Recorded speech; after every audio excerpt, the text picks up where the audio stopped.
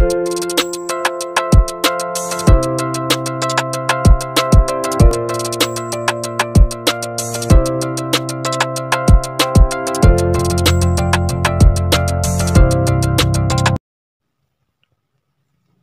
friends, welcome to my channel and welcome to second series The History of English Literature।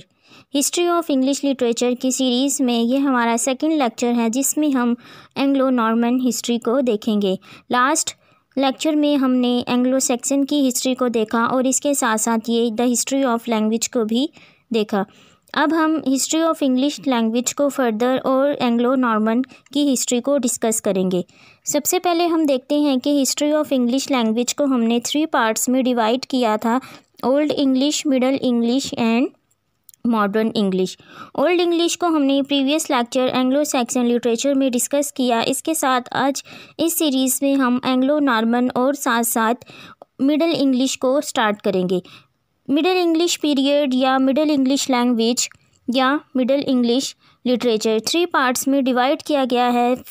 First part को हम Anglo Norman, second को as of चौसर और third part को हम after चौसर भी कहते हैं। यानी मिडल इंग्लिश को 3 पार्ट्स में डिवाइड किया गया है। इस वीडियो में हम एंग्लो नॉर्मन की हिस्ट्री को देखेंगे और साथ साथ इंग्लिश लैंग्वेज की हिस्ट्री को भी। इंग्लिश लैंग्वेज में एंग्लो नॉर्मन पीरियड 1066 से स्टार्ट हुआ जब एंग्लो सैक्सन के लास्ट किंग हैरोल्ड को विलियम द कॉन्करर ने डिफीट किया था। अब हम एंग्लो नॉर्मन को स्टार्ट करेंगे। इसके बाद हमारा next lecture second part of medieval literature यानी एज ऑफ चौसर होगा।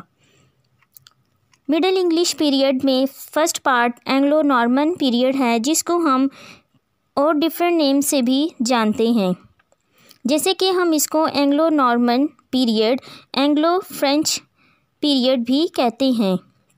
First part of medieval period यानी मिडीवल एज। डिफरेंट नेम्स हैं एंग्लो नॉर्मन हिस्ट्री के या एंग्लो नॉर्मन पीरियड के। अगर हम इसका पॉलिटिकल बैकग्राउंड देखें कि किस तरह एंग्लो सैक्सन एज ख़त्म हुई और इसके साथ साथ एंग्लो नॉर्मन आई। एंग्लो नॉर्मन ने जब इंग्लैंड पर हमला किया, इनके किंग विलियम द कॉन्करर ने हैरोल्ड को शिकस्त दी और जो बैटल इन दोनों के दरमियान हुई इनको हम बैटल ऑफ हेस्टिंग के नाम से भी जानते हैं। यानी हैरोल्ड को William the conqueror the Duke of Normandy ने शिकस्त दी थी। इसके बाद एंग्लो सैक्सन एज ख़त्म हो गई और साथ साथ एंग्लो नॉर्मन शुरू हो गई। एंग्लो नॉर्मन को देखने के साथ साथ हम इसकी कुछ लैंग्वेज या उनकी जो पॉलिटिकल बैकग्राउंड है और लैंग्वेज की हिस्ट्री को भी डिस्कस करेंगे कि किस तरह ओल्ड इंग्लिश लैंग्वेज, जैसे कि हमने प्रीवियस लेक्चर में डिस्कस किया था कि किस तरह जर्मैनिक ट्राइब्स आए और उन्होंने एंग्लो सैक्सन पीरियड को इंग्लैंड में शुरू किया और वो किस तरह ख़त्म हुआ और ओल्ड इंग्लिश लैंग्वेज क्या थी। अब हम मिडल इंग्लिश लैंग्वेज को डिस्कस कर रहे हैं जो कि फर्स्ट पार्ट एंग्लो नॉर्मन से स्टार्ट हो रहा है। विलियम द कॉन्करर ने डिफीट करने के बाद, क्योंकि ये बेसिकली फ्रांस के इलाके नॉर्मंडी से आए थे, तो इन्होंने वहाँ पर फ्रेंच लैंग्वेज को नाफिज कर दिया। इस तरह एक और लैंग्वेज, जैसे कि हमने प्रीवियस वीडियो में डिस्कस किया था कि इंग्लिश लैंग्वेज कुछ लैंग्वेजेस का ही मिक्सचर है जिसमें केल्टिक लैंग्वेज थी, old English language, French language, Italian language etcetera. अब हम फ्रेंच लैंग्वेज को देखते हैं कि किस तरह फ्रेंच लैंग्वेज ने इंग्लिश लैंग्वेज को इन्फ्लुएंस किया। पॉलिटिकल बैकग्राउंड इन शॉर्ट यही है कि जब विलियम द कॉन्करर ने हैरोल्ड को बैटल ऑफ हेस्टिंग में डिफीट किया तो इसके बाद वहाँ पर इन्होंने अपनी हुकूमत कायम कर दी। और जब ये नॉर्मंडी में रहा करते थे तो ये कुछ वेल सिविलाइज थे और इनके कुछ कल्चर था, क्योंकि ये फ्रांस में रहने की वजह से उनके ज़ेरे असर थे, इसलिए इनके ऊपर कुछ सिविलाइजेशन की या कुछ सिविलाइज कल्चर की कुछ इक़्तिदार इनके अंदर थी। तो जब ये लोग इंग्लैंड में आए और इन्होंने वहाँ अपना इक़्तिदार शुरू किया तो कुछ अपनी सिविलाइजेशन ट्रेड्स को वहाँ पर लेकर आए और फ्रेंच लैंग्वेज को भी इन्होंने इंट्रोड्यूस करवाया इंग्लैंड में। इस तरह ओल्ड इंग्लिश लैंग्वेज के बाद ओल्ड नॉर्स लैंग्वेज आई थी। उसके बाद अब ये लैंग्वेज जिसे हम फ्रेंच लैंग्वेज कहते हैं, इसने इंग्लैंड पर अपना इक़्तिदार कायम कर लिया और लोगों में यानी अपर क्लास में ये लैंग्वेज बोली जाने लगी। ऑफिशियली भी इस लैंग्वेज को यूज़ किया जाता था। पॉलिटिकल बैकग्राउंड के बाद हम कुछ पॉइंट्स जिनमें हम ओवरऑल इस पीरियड को डिस्कस करेंगे, इसमें लैंग्वेज को और उनकी एजुकेशन, रिलीजन और लिटरेचर को। सबसे पहले अब हम देखते हैं कि ओल्ड इंग्लिश लैंग्वेज किस तरह मिडिल इंग्लिश लैंग्वेज में चेंज हुई। जैसे कि मैंने आपको अभी बताया कि मिडिल इंग्लिश लैंग्वेज जो है वो मिक्सचर थी प्रीवियस लैंग्वेजेस का, क्योंकि ओल्ड इंग्लिश लैंग्वेज बनी केल्टिक लैंग्वेज और इटालियन लैंग्वेज से। इसके बाद फ्रेंच लैंग्वेज के आने के बाद और ओल्ड इंग्लिश लैंग्वेज मिक्स होकर ये जो लैंग्वेज हमारे पास आई, इसको हम मिडिल लैंग्वेज यानी इन बिटवीन लैंग्वेज भी कहते हैं, क्योंकि ये ओल्ड और मॉडर्न एरा के सेंटर की लैंग्वेज यानी मिडिल इंग्लिश लैंग्वेज है। अब इस लैंग्वेज में क्या था कि जो उस टाइम के जो लिटरेचर था वो उस एरा में जो लिखा जा रहा था वो मोस्टली फ्रेंच लैंग्वेज में लिखा जा रहा था, क्योंकि टाइम गुजरने के बाद वार्स का टाइम था तो ओल्ड इंग्लिश लैंग्वेज को बिल्कुल ही डिनाई कर दिया और इसकी डेवलपमेंट भी नहीं हुई और जो भी लिटरेचर लिखा जाता था मोस्टली उसको फ्रेंच लैंग्वेज में ही लिखा जाता था, क्योंकि वहाँ पर रूलिंग क्लास जो थी वो फ्रेंच लैंग्वेज ही यूज़ करती थी। फ्रेंच लैंग्वेज ने जब अपना वहाँ पर इक़्तिदार मजबूत कर लिया तो जैसे कि हम जानते हैं कि आज जो हमारे पास इंग्लिश है, जो इसके रूट्स वर्ड्स होते हैं, अक्सर हम देखते हैं कि ये वर्ड इस लैंग्वेज से डिराइव किया गया है। जैसे कि हम लिटरेचर को कहते हैं कि ये लैटिन लैंग्वेज से डिराइव किया गया है, नॉवेल्स एक्सेट्रा। कुछ ऐसे वर्ड्स होते हैं जिनको अगर हम उनके रूट वर्ड से पहचानें तो वो डिफरेंट लैंग्वेजेस से ही डिराइव किए गए होते हैं। तो वो इसलिए होते हैं कि उस टाइम में जब वो लिटरेचर लिखा जा रहा होता है तो जो उसमें प्रोमिनेंट लैंग्वेज होती है उस लैंग्वेज के ज़ेरे असर रहने की वजह से लिटरेचर पर इन्फ्लुएंस आता है। जैसे कि हमने स्टार्टिंग में ये डिस्कस किया था कि लिटरेचर जो होता है वो हिस्ट्री ऑफ ह्यूमन रिकॉर्ड्स या रिफ्लेक्शन ऑफ लाइफ होता है, इसीलिए कि जो हिस्ट्री लिखी जाती है लिटरेचर की फॉर्म में वो उस दौर में जो पॉलिटिकल और डिफरेंट इश्यूज़ चल रहे होते हैं उनके ज़ेरे असर ही होता है। इसी तरह जो इंग्लिश के रूट वर्ड्स हैं वो डिफरेंट फ्रेंच, इटालियन और ग्रीक लैंग्वेज से ही डिराइव किए गए हैं। उस टाइम पे जो क्लास थी, यानी अगर हम वहाँ के ग्रुप्स को डिवाइड करें तो हम इनको 3 ग्रुप्स में डिवाइड कर सकते हैं। यानी अपर क्लास यानी जो रूलिंग क्लास थी वो जो रूल कर रही थी इंग्लैंड में वो फ्रेंच लैंग्वेज बोलती थी। इसके बाद जो चर्च थे उन पर फ्रेंच और इटालियन लैंग्वेज का असर था और जो पब्लिक यानी कॉमन पीपल थे जो केल्टिक्स नेटिव या एंग्लो सैक्सन का जो मिक्सचर थे या उनके ओरिजिनल नेटिव इंग्लैंड के वो ओल्ड इंग्लिश लैंग्वेज बोला करते थे। तो ओल्ड इंग्लिश लैंग्वेज उस एरा में इतनी डेवलप नहीं हुई क्योंकि उसको ना तो लिटरेचर के तौर पर यूज़ किया गया ना ही इसको डेवलप किया गया, क्योंकि वो ऑफिशियल लैंग्वेज नहीं थी। इस तरह इंग्लिश इस एज में डार्क एज यानी उसकी जो इतनी ज़्यादा डेवलपमेंट है वो नहीं हुई। अब हम लैंग्वेज के बाद के मिडिल इंग्लिश लैंग्वेज किस तरह बनी, फ्रेंच और ओल्ड इंग्लिश लैंग्वेज के मिक्सचर से जो लैंग्वेज बनी उसको हम इन बिटवीन या ओल्ड इंग्लिश लैंग्वेज के बाद आने वाली लैंग्वेज मिडिल इंग्लिश लैंग्वेज कहते हैं। लैंग्वेज के बाद हम रिलीजन को देखते हैं कि जैसा कि हमने एंग्लो सैक्सन में रिलीजन को इतना ज़्यादा डिस्कस नहीं किया था क्योंकि रिलीजन इतना इम्पोर्टेंट नहीं था, लेकिन इस एज में रिलीजन जो है यानी क्रिश्चियनिटी वो पॉपुलर होती जा रही थी, क्योंकि 12वीं सेंचुरी तक हर चीज़ जो क्रिश्चियनिटी के ज़ेरे असर आ चुकी थी। हर स्टेट क्रिश्चियन मज़हब को ही फॉलो करती थी। रिलीजन में अगर हम देखें तो कैथोलिक चर्च जो था वो बहुत ज़्यादा डोमिनेट थे और इन्होंने अपनी यानी जो कि वो रूल्स बनाते थे चर्च में, पॉप जो होते हैं प्रीस्ट, जो उन्होंने रूल्स बनाए वही लोगों तक पहुंचाए जाते थे और उसी को फॉलो करना हर एक की ड्यूटी में शामिल किया गया था। क्योंकि रिलीजन्स में अगर हम देखें तो जो रिलीजन है उसमें कैथोलिक चर्च ने जो भी रूल्स बनाए थे उनको ही फॉलो करवाया जाता था। क्रिश्चियनिटी को मज़ीद इन्होंने एक्सटेंड करने के लिए, क्योंकि एंग्लो सैक्सन में हमने जो लोग थे वहाँ पे उनको 2 ग्रुप्स में डिवाइड किया था, नेटिव्स और पेजेंट्स में। जो पेजेंट्स थे वो खुदाओं को नहीं मानते थे, लेकिन 12वीं सेंचुरी तक जबकि हर शख्स वहाँ पर क्रिश्चियनिटी को फॉलो करता था, तो इन्होंने यहाँ पर एक मुहिम स्टार्ट की, यानी कि क्रूसेड्स की जो जंगें हैं जिनको हम सलीबी जंगें कहते हैं, जो कि 1095 में हुई थी।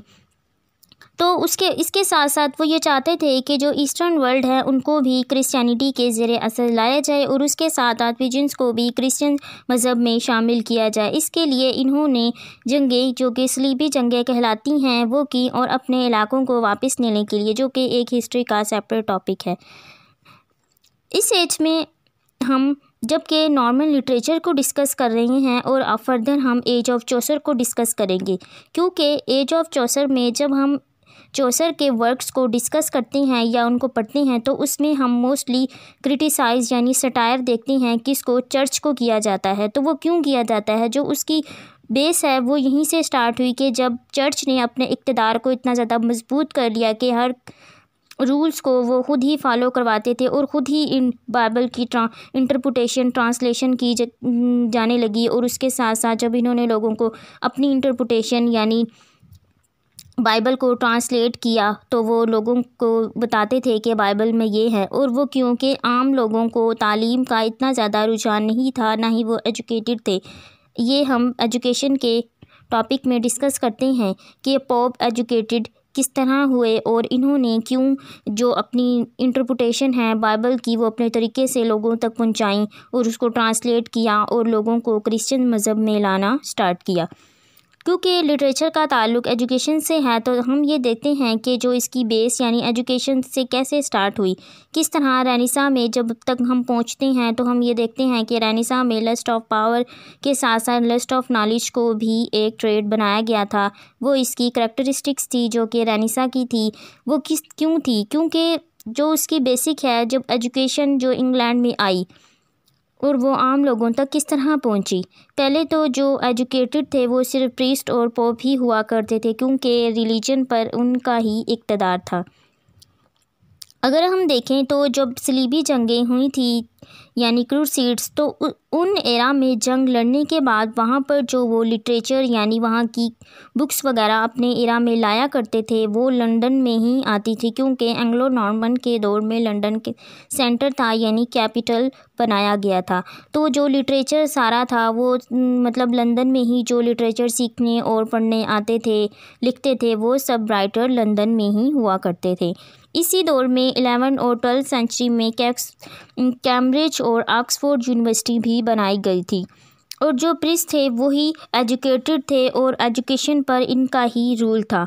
फर्दर आगे देखेंगे कि जो एजुकेशन है वो आम लोगों तक पहुंची, फिर यूनिवर्सिटीज़ और डिफरेंट स्कूल्स बनाए जाने लगे कि जो एजुकेशन है वो चर्च से बाहर निकलना स्टार्ट हुई थी। लेकिन बेसिकली रिलीजन पर जो इक़्तिदार था वो चर्च का ही था। इसके बाद मोस्ट इम्पोर्टेंट टॉपिक जो कि एंग्लो नॉर्मन पीरियड का है कि हम history of English literature discuss कर रहे हैं। सो अब हम लिटरेचर को डिस्कस करते हैं कि कौन से वर्क्स हैं जो कि एंग्लो नॉर्मन लिटरेचर में हैं। जैसे कि मैंने पहले बताया कि जो लिटरेचर है वो इतना ज़्यादा इंग्लिश लैंग्वेज में नहीं लिखा गया था, फ्रेंच लैंग्वेज था, वो भी मोस्टली कुछ वर्क्स ही हैं जो कि लिखे गए थे। लेकिन जो हिस्टोरियंस हैं वो यही कहते हैं कि जो इंग्लिश लिटरेचर है वो चौसर की एज से ही स्टार्ट होता है। सो एंग्लो सैक्सन और Anglo Norman age of Chaucer का बैकग्राउंड है। इसमें अगर हम देखें तो मिडिल इंग्लिश लिटरेचर को 3 कैटेगरीज में डिवाइड किया गया है, जैसे कि एंग्लो सैक्सन को डिवाइड किया गया था।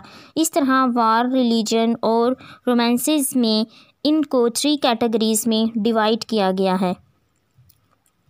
अब हम ये देखते हैं कि 12th और जो 13th सेंचुरी है उसमें कौन सा लिटरेरी वर्क था जो कि इम्पोर्टेंट है, और उसके बाद 14th सेंचुरी जब स्टार्ट हो रही थी तो कौन से वर्क लिखे गए, क्योंकि 14th सेंचुरी से एज ऑफ चौसर स्टार्ट होती है। सो ये पार्ट हमारा एंग्लो नॉर्मन यानी अर्ली मिडिल इंग्लिश पीरियड का है।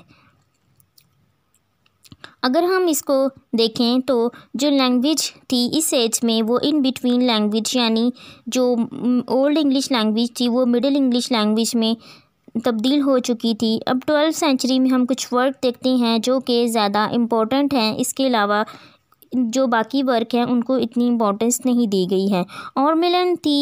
ऑर्मिलम बाय ऑर्म, ये फर्स्ट मतलब जो लिखा गया था ना पोइट्री, इसकी जो टेक्निक थी पोइटिक मीटर फर्स्ट टाइम इसमें ही यूज़ किया गया था, क्योंकि ये इसमें जो हमने देखा कि ऑर्मिलन बुक में जो कि ये पोइम है, इसके अंदर जो कि ये जो इंग्लैंड की हिस्ट्री थी इसको बताया गया था और ये पोइटिक मीटर में लिखी गई थी, क्योंकि इस बुक में जो मीन्स के ये ऑर्मिलन बाय ऑर्म पोइटिक मीटर फर्स्ट टाइम इसमें यूज़ किया था। तो इसके साथ साथ ये बाइबल की ट्रांसलेशन थी, यानी इसमें बाइबल की हिस्ट्री को बताया गया था। बाइबल को आसान वर्डिंग में इन्होंने ट्रांसलेट किया था, और क्योंकि बाइबल जो एज इट इज़ फॉर्म में है उसको रीड करना हर एक के लिए नहीं होता कि वो इसको रीड कर सकें या इसके थीम को समझ सकें, क्योंकि वो इनडायरेक्ट वे में अपना मैसेज हर रिलीजन बुक में दिया जाता है। सो इस मुहिम में बाइबल को आसान अल्फाज में एक्सप्लेन किया गया था। इसके बाद हम सेकंड जो इम्पोर्टेंट वर्क 12th सेंचुरी में आता है, इसको हम द ओwl एंड द नाइटिंगेल, इसका राइटर अनोनिमस है, हमें नहीं मालूम, लेकिन इसके अंदर सबसे पहले पोइटिक जो टेक्निक यूज़ की गई थी डिबेट पोइट्री की, के ओwl और नाइटिंगेल के दरमियान डिबेट हो। इसके बाद रिलीजियस कैटेगरी पे जो वर्क लिखा गया था इसको हम द बुक ऑफ किंग्स कहते हैं, जो कि इंग्लैंड में ही लिखी गई थी और ये फेमस वर्क भी है एंग्लो नॉर्मन यानी 12th सेंचुरी का। अब हम 13th सेंचुरी लिटरेचर को देखते हैं कि कौन से वर्क हैं जो कि इम्पोर्टेंट हैं। इसमें सबसे पहले लाइमेंस बर्ड जो है इसको क्रॉनिकल ऑफ ब्रिटेन भी कहा जाता है, क्योंकि मिडिल इंग्लिश पोइम इस पीरियड में जो लिटरेचर था वो मोस्टली फ्रेंच लैंग्वेज में लिखा जा रहा था, क्योंकि जैसे कि नॉर्मन्स आए, फ्रेंच लाए और इसी तरह वो फ्रेंच लैंग्वेज को ही यूज़ करते थे। लेकिन ये एक वाहिद वर्क था जो कि नॉर्मन्स की एज में एंग्लो सैक्सन की लैंग्वेज पर लिखा गया था, इसलिए इसको क्रॉनिकल ऑफ ब्रिटेन भी कहा जाता है। और इसमें उनके जो एंग्लो सैक्सन की हिस्ट्री है इंग्लिश की, उनके कल्चर को एक्सपोज किया गया है। इसके बाद एक और वर्क जो कि इम्पोर्टेंट है जो कि फ्रेंच में लिखा गया था, द रोमांस डी ला रोज़, और इंग्लिश में इसको the romance of the roses कहा जाता है। इस राइटिंग में जो कि कैटेगरी पहले मैंने बताई कि 3 कैटेगरीज थी, रोमांसेस की कैटेगरी को फर्स्ट टाइम इसमें यूज़ किया गया था, और यही पोइम थी जो कि रोमांस की कैटेगरी को फाउंडेशन के तौर पर मिली, क्योंकि इसमें ही फर्स्ट टाइम इस कैटेगरी को यूज़ किया गया, यानी इस फॉर्म ऑफ वर्क को। आगे चौसर की एज में डिफरेंट लिटरेचर में यही रोमांस की कैटेगरी दिखाई गई है, यानी यूज़ की गई है। इसके बाद एक जो हम देखते हैं कि रॉबर्ट मैनिंग थे, जो कि एक मॉन्क थे। उस टाइम पर जो मोस्टली राइटर्स हुआ करते थे वो जो अपनी मतलब राइटिंग्स कोई भी उन्होंने लिटरेचर लिखा तो उसमें ना तो वो अपनी ऑटोबायोग्राफी अपने बारे में कुछ भी नहीं लिखा करते थे, लिखना पसंद ही नहीं करते थे। लेकिन ये ऐसे मतलब फर्स्ट वो थे जो जिन्होंने खुद के बारे में लिखा और अपनी ऑटोबायोग्राफी को इन्होंने खुद राइट किया। इसके बाद ये पीरियड जो एंग्लो नॉर्मन का था, इसमें कुछ लिटरेरी वर्क को हमने डिस्कस किया जो कि बस इतने ज़्यादा इम्पोर्टेंट तो नहीं है, बाकी जो वर्क्स रहते हैं, लेकिन यही कुछ वर्क्स हैं जो कि इम्पोर्टेंट थे। अब ये पीरियड चौसर की एज से पहले ख़त्म हो जाता है। 1066 से स्टार्ट होकर 15 AD तक का जो ये पीरियड रहता है, जिसको 3 पीरियड्स में फर्दर हमने डिवाइड किया। फर्स्ट पार्ट हमारा एंग्लो नॉर्मन का था जो यहाँ पर ख़त्म हो जाता है। इसके बाद 14th सेंचुरी स्टार्ट होती है। 14th सेंचुरी लिटरेचर जो कि चौसर की एज का लिटरेचर है वो सेकंड पार्ट यानी हाई मिडल एजेस कहलाता है, जो कि मोस्ट इम्पोर्टेंट है और लिटरेचर वहीं से स्टार्ट होता है, यानी चौसर को फादर ऑफ इंग्लिश लिटरेचर भी कहा जाता है। So you will understand about this topic. Thanks for watching.